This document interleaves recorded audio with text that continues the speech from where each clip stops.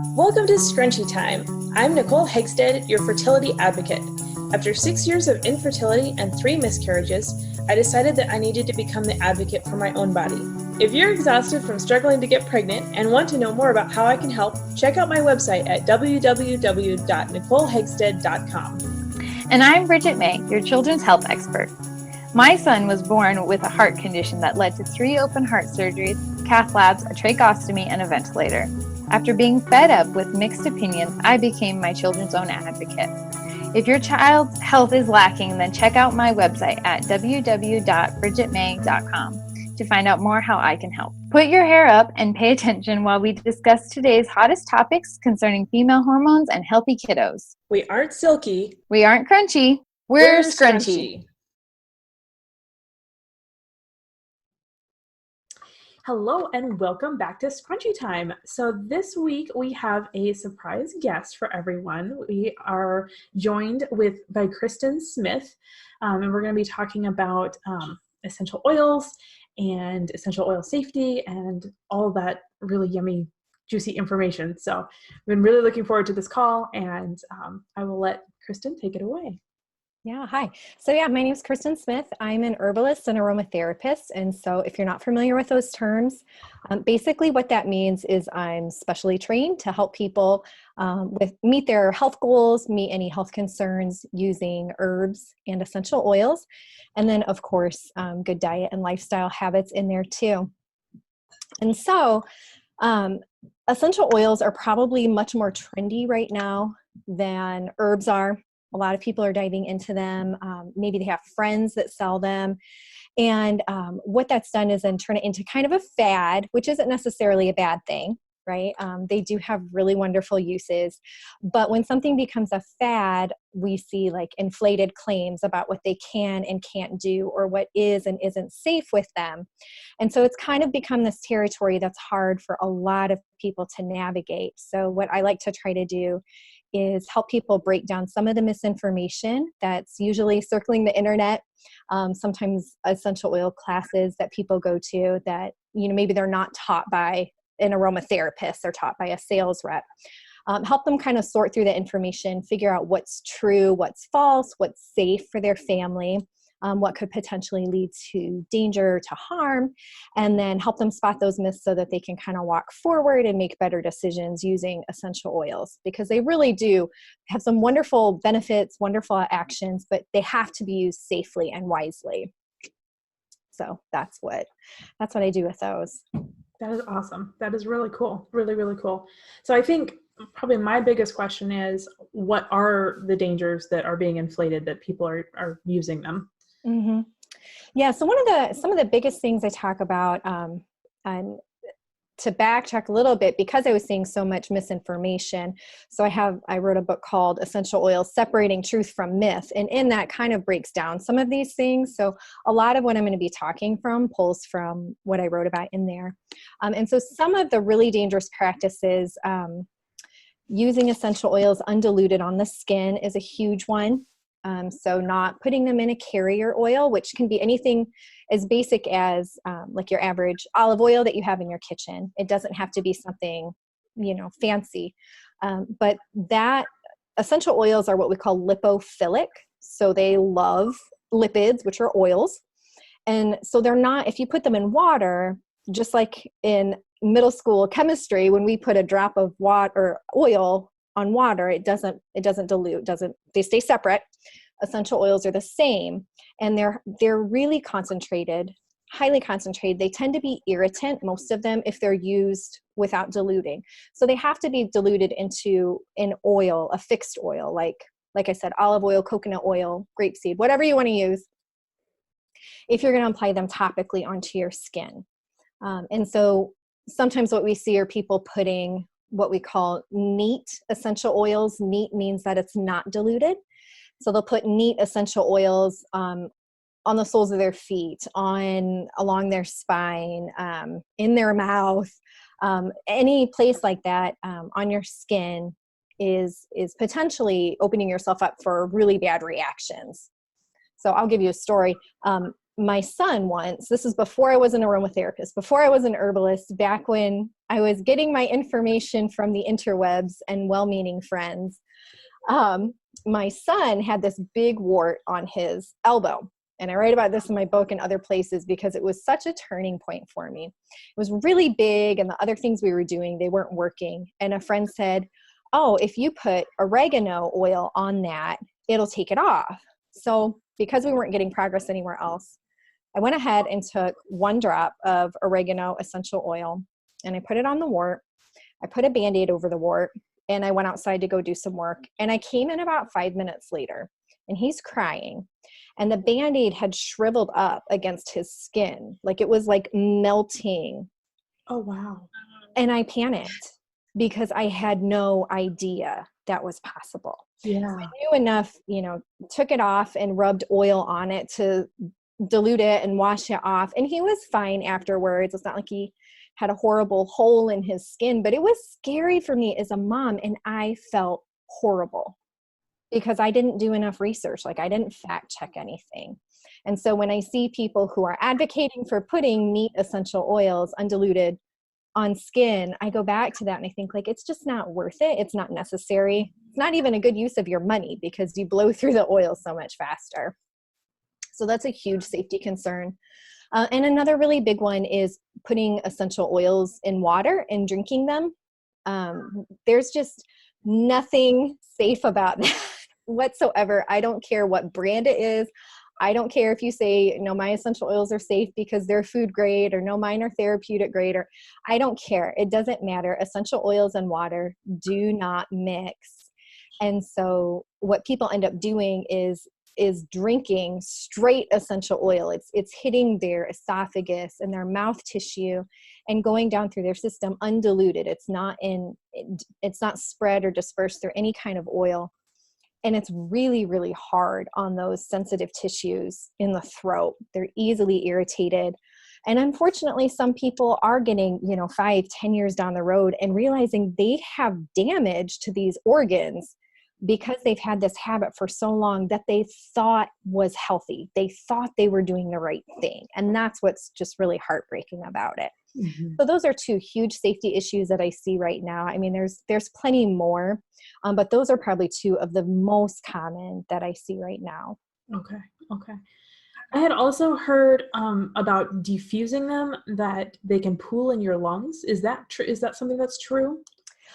No, I mean, you would have to be pumping a tremendous amount of essential oil in the air to have anything like that happening. Most diffusers that people have in their homes, they're really not doing much more for you therapeutically than maybe some emotional relief, like if you enjoy the fragrance of something, but they don't pull out tremendous amounts of essential oil in the air. It's really a light application. So you're working more with just fragrance, make your room smell a little bit better. But that's about all. Your lungs are going to process that and you're going to exhale them out. Your body's going to excrete them out. So, I mean, unless you're in like an airtight room and you have like a nebulizing diffuser in there, which that's shooting up micro droplets of pure essential oil. Okay. You can have some bad reactions that way, but for the most part, diffusing's pretty safe most of the time. Cool. That's good news, because I have enjoyed diffusing them in the past. Mm-hmm. When I read about that, I freaked out and stopped.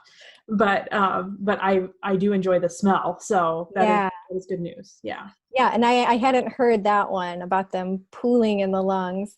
There's like a pendulum, because so many people for so long were like, oh, they're natural, they're safe, you don't have to worry about anything. And then we start realizing, no, there are some cautions. So then you've got a pendulum swing the other way, like, they're all going to kill you. Yeah, exactly. They won't most of the time. Yeah, and that's exactly what me and Nicole have done. We were kind of like, okay, test the waters here. And then we started reading things and doing things. And we were like, nope, none, no, never. Yeah. Yeah. So, but it's, I think I view it as a tool that can be used as long as used safely. And so it's one of those things where we haven't really, it's more like we threw the baby out with the bathwater temporarily, Yeah. We always plan to come back to it, kind of thing. Yeah, and I think that that's an okay approach. Even in my own, like working with clients and even in my own home, how I approach different illnesses or things that we're just treating at home, the typical stuff. It's always like starting with the food first and then using the herbs. And then I see essential oils often as something that is a complement to the other things. But if those things aren't in order, then the essential oils can only do so much. Absolutely. I totally agree with that 100%. And you see so many people. That's awesome. I had a coworker who was drinking essential oils, and I tried to explain to her not to, and it didn't work. And there's just so much you can say to someone, Yeah. living a very unhealthy life as far as food and everything else goes. And then even as far as self-care and creating boundaries and things like that, it's like, honey, like if you can't tell somebody no, drinking lavender isn't going to help your stress. You need to learn to tell someone no, Yeah. So yeah, I agree. It's a whole life viewpoint that we need to be looking at, and not just, okay, well, I had a long day, so let's go drink some essential oils, Right. Yeah. Not a good idea. Bridget, were you going to say something earlier? I felt like I interrupted you. No, I was just saying, that was an awesome statement about getting your food in your home in line first and then oils next. I really love that. So. Yeah, I agree. Yeah, there's like a really popular phrase in essential oil circles that I can't stand. And it's, people say there's an oil for that. And I don't like that phrase at all, because it dismisses the fact that if somebody comes to me and they're like, oh, well, I have high blood pressure and my doctor says I can try lifestyle things for 6 months before medication. But they don't want to give up drinking 2 pots of coffee a day and eating burgers and fast food and, French fries, and not changing their lifestyle habits and not giving themselves rest. I can't, you're not going to solve that problem with lavender. Right. Exactly. Or anything else. Yeah. And so, oils are a great tool, but they do have their limitations. Mm-hmm. Yeah, at that point, you're just, it's no different than medication, you're just putting a Band-Aid on it, Exactly. if it even works at that point, just like medication.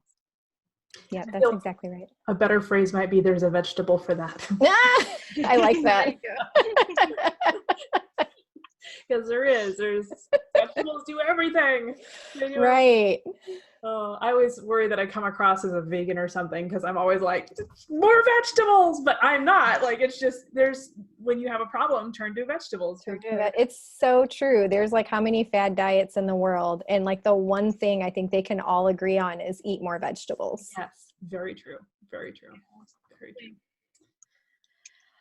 So I was going to ask, could you explain for our listeners food grade and pharmaceutical grade? Because you mentioned those terms earlier, and not everybody would be familiar with that.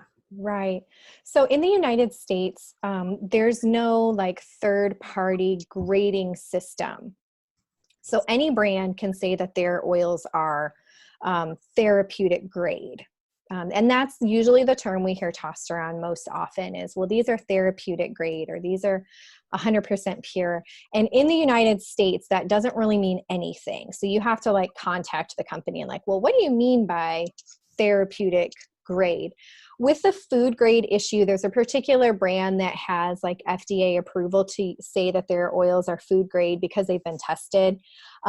That's not really an indicator that you can use them freely, right? Like, it doesn't mean they're safe to use in water. It doesn't mean that they're safe to always take internally just because of that. But they did go through the process of having their particular one labeled as food grade, some of their oils. Okay. So there's that. And that's what, they do for marketing purposes. For most brands, though, therapeutic is what we see used a lot. And the reason I emphasize in the United States that term doesn't mean anything is because in parts of Europe where aromatherapy is a little bit more advanced, or their government regulatory agencies give a little bit more support to holistic medicine, they might have grading systems that a body outside of the company itself actually grades the oils. Like, this is used for medicinal purposes. This one's only good for the perfumery industry, or this one is okay as a food additive. So it's important for those of us in the US to recognize, though, that therapeutic grade is just a marketing term. So you have to reach out to the company itself and find out, what do you mean by that? And I prefer to look for organic certification, because it's something that the company itself can't put on a label. Mm-hmm. They have to have a third party come in who's neutral and verify that the growing conditions were to a certain standard. Right. So I like to see that. There's also a test that companies can do. Consumers just need to know it as the GCMS test.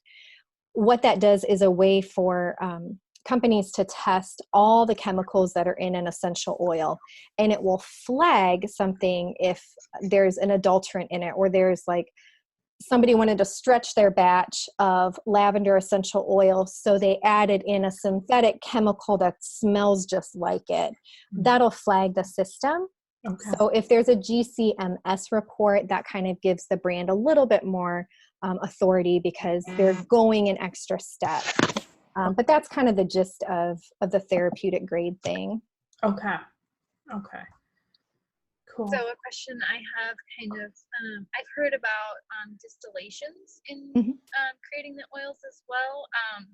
From in researching different companies, some say there's like up to 4 distillations, and others say there's no such thing. So what's the scoop on that? Yeah, the only time really that the number of distillations comes into play, and it's not really the number of them, but the stage of distillation, is for ylang ylang. So it looks funny to us. It's spelled YLANG, YLANG. But that oil has a long distillation, and so sometimes they'll take from the first hour or the first 2 hours or the whole thing.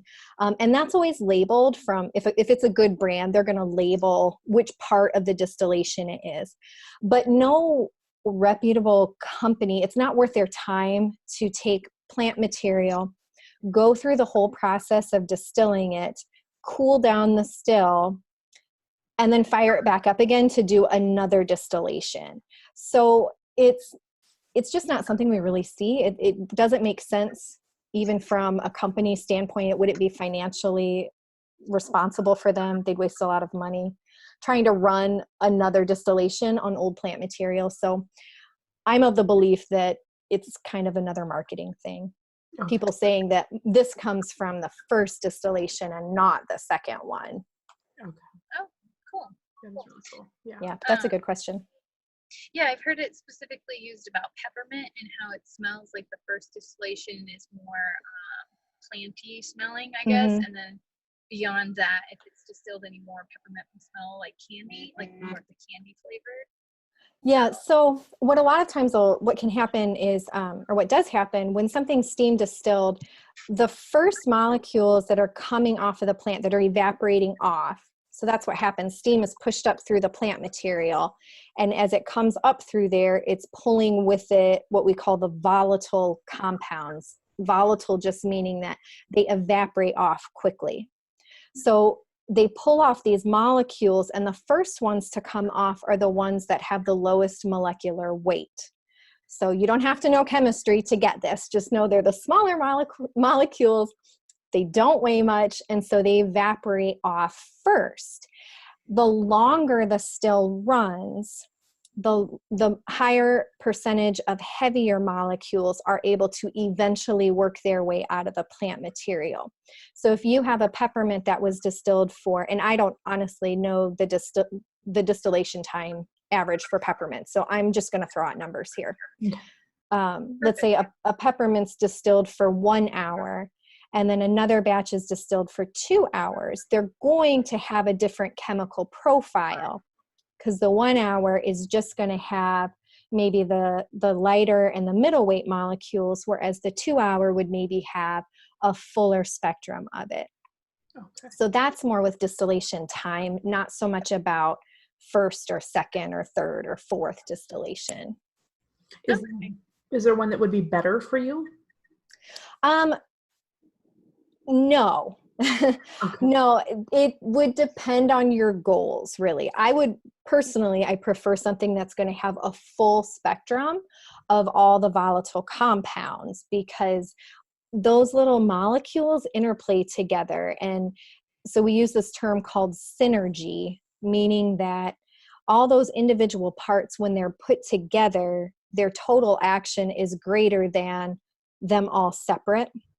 So you could think of it as like 1 + 1 + 1 = 5 instead of 3, because they're working together, they have this bigger result.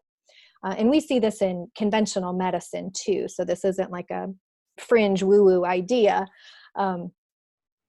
So I prefer like a fuller spectrum of all the compounds, because they're going to interplay together more, rather than having something that has a smaller profile of chemicals in it.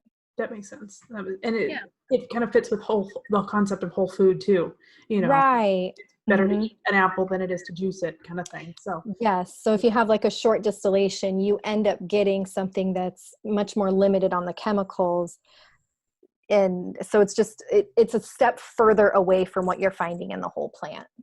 yeah, makes sense. Makes total Yeah, sense. that makes so much sense. Yeah. Cool. Yeah. So what would be ways that you do recommend using essential oils, and are there any specific brands that you recommend? Mm-hmm. Yeah, so I'll hit the brand question first, because it's one I probably get like more often than anything. I don't like to like name specific brands. It always puts me in an awkward position. I will, like, full disclosure, I'm an affiliate for a few brands that I recommend. So that means when I link to them on my website, if somebody buys, I can earn a small commission that helps support, the work that I do there and all the free information I give out. So what I would recommend, if you want to see a list that I update regularly with brands that I am an affiliate for, and those I'm not, but that I know that are reputable, I have it on a resources page. I don't know if you guys do show notes. Yep. We could put in there. Okay. What I look for though I like to see certified organic or wild crafted. So sometimes, like French lavender, we also often will get like wild crafted. And if something's wild crafted though, I also want to see some sort of oversight that it's ethically harvested. Mm.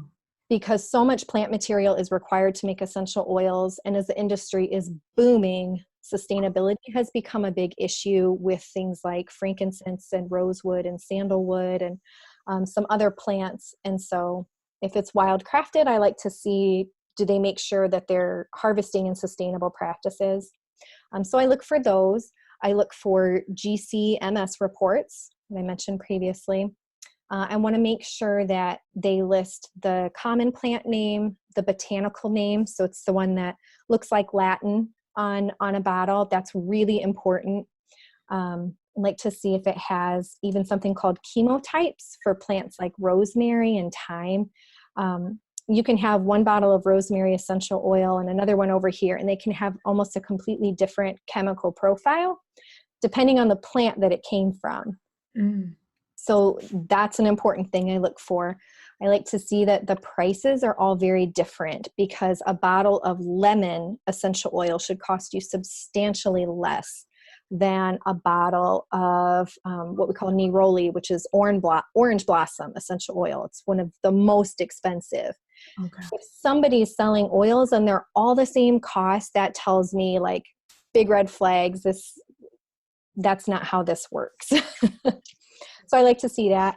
And I'll also scope out the safety information that the company provides. A lot of essential oil brands in the US are doing really good things promoting good, safe essential oil information. And so I'll look for that. Do they encourage dilution? Do they caution people about ingesting them? Those are two big red flags. If I see a brand is a little more free with that, or maybe they have representatives who are, that's a red flag to me. That, for me as a company, I can't support. Mm. But when they're giving that caution, they're providing their customers with really good information, then that gives me a lot more confidence in that brand. Cool. Very cool. Cool. And then safe practices. How would you recommend using them? Yeah. Oh, yeah. Um, so most people, I think what they're going to benefit from most is using essential oils topically or inhaling them. Um, they can be safely ingested in very certain situations and working with the right professionals, but it's never ever something that somebody should do medicinally without oversight from someone who's had extensive training. That's so important. They can be used safely in food, in recipes. It's not that different than using like orange zest or lemon zest in a recipe. The reason it gives food flavor is because it contains the essential oils. So there are times it can be used safely that way, but most people, to stay on the safe side and make sure that they're taking good care of themselves and their family, it's going to be topically diluted in a carrier oil, or it's going to be inhalation. And a lot of people, we skip over the inhalation part because it just seems like it's not big enough, it's not doing enough for us. But we have to remember that essential oils are volatile. So in nature, they enter us best by inhaling them, right? Like when we brush by peppermint, we smell it. Those molecules are made to evaporate and we can easily take them in. And there is just fascinating research on what happens when we inhale essential oils and how they go straight from our nose into the olfactory system, and it connects directly to our brains. And so I don't think we never want to overlook how much they have to offer us that way, especially for emotional needs, mental health needs. They can be so supportive in those areas just by inhaling them. And that can be as simple as putting them in a diffuser in an appropriately sized room. And it only has to run for like 10 minutes and then you can turn it off and be done. It's not something that has to pump in the air all day. It could be as simple as putting a drop of essential oil on a cotton ball and just slowly breathing in and out for 5 to 10 minutes. Like you don't even need the diffuser. So those are really simple ways to benefit from them by inhaling them. I think something like lavender essential oil on a cotton ball or a tissue and tuck it under your pillowcase at night if you have trouble sleeping. Like that's such a simple and safe way to use lavender, but also it's just so effective. So, I'd want your listeners to know like inhaling them is really, really effective, even though it seems like you're not doing that much for yourself. It's one of the best ways to use them. And then topically on the skin, they offer a lot of support and help for skin injuries, healing burns or bug bites and pimples, things like that. They're really great for that. But again, dilution is key. If people need a really simple way to dilute them and know what dilutions are safe for what ages, because that comes into play.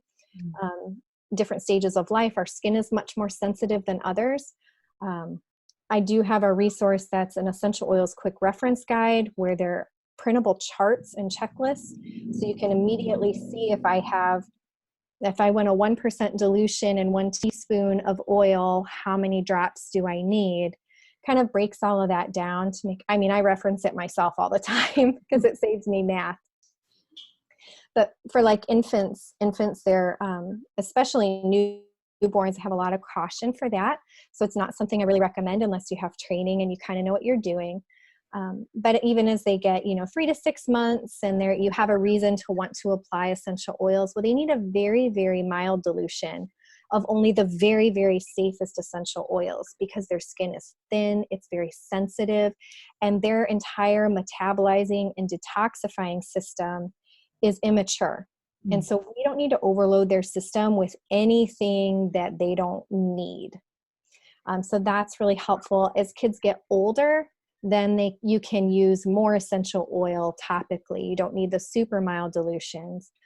Up until the age of about 12 is when we cross over into like adult dosage for topical applications. But pregnancy is another time when people generally want to back off of the amount of essential oil they use on their skin for 2 reasons. The main one is our skin tends to get way more sensitive during pregnancy. And things that you didn't react to before, suddenly you're reacting to now. So that's to kind of cut down on the chance that you have a bad reaction to something. And then also essential oils do cross the placental barrier. If you're applying them topically, it's going to be in minute amounts, but it's still something we need to consider. And so those are kind of some safety guidelines and usage guidelines for inhaling and using them topically. Okay. Very cool. Very, very cool. This has been awesome. I've loved being able to ask you all these questions and get to know this topic a lot better. So this has been a really, really great talk. I'm going to have you say the name of your book again, and then we're going to put a link to it as well in the show notes. But what was the name of your book? Yeah, the name of the book that's available in print, PDF, and Kindle is Essential Oils: Separating Truth from Myth. So I have a link to that on my website, as well as the quick reference guide that are both really handy. And there's not a lot of crossover between the two things. Okay, cool. Yeah, we'll put links to both those and your website as well. Awesome. So that way people can find that. If you guys have any questions, you can always drop Bridget and I a note as well, or find Kristen's website and go from there. So yeah, that'd be great. And you're on Facebook and Instagram, is that right, Kristen? Yes, I am. I hang out there. I do have an old Pinterest account. I don't recommend anyone go follow me there because I don't do anything with it. There's only so much time in the day, right? Yes, absolutely. Pinterest is awesome for cooking, like for cakes and decorating, but it's hard when it comes to health to make it, for health. So exactly, you get it. Yeah, it's a fun place. I don't go there to look up stuff. No, please don't. Awesome. And what's your handle on Instagram and Facebook? Yeah, so people can find you. On Instagram, it's the little @ A Better Way to Thrive. That's the name of my business online. And on Facebook, I had to use A Better Way to Thrive blog because somebody had a better way to thrive. Gotta love that. What do you do? Great. Yeah. Cool. Well, again, thank you for joining us. Bridget, did you have anything else to add? No, I think that's everything for now. Yeah. Okay. Cool. Awesome. All right. Well, thank you for listening to our podcast today, and we will see you all back in a couple of weeks. Bye. Thanks for joining us on today's podcast. If you'd like to know more about our programs or watch the podcast in video form, you can visit our websites, where we also share links and resources concerning the different topics that we have discussed. Check me out at www.nicolehegstead.com. And check me out at www.bridgetmay.com. See you next time.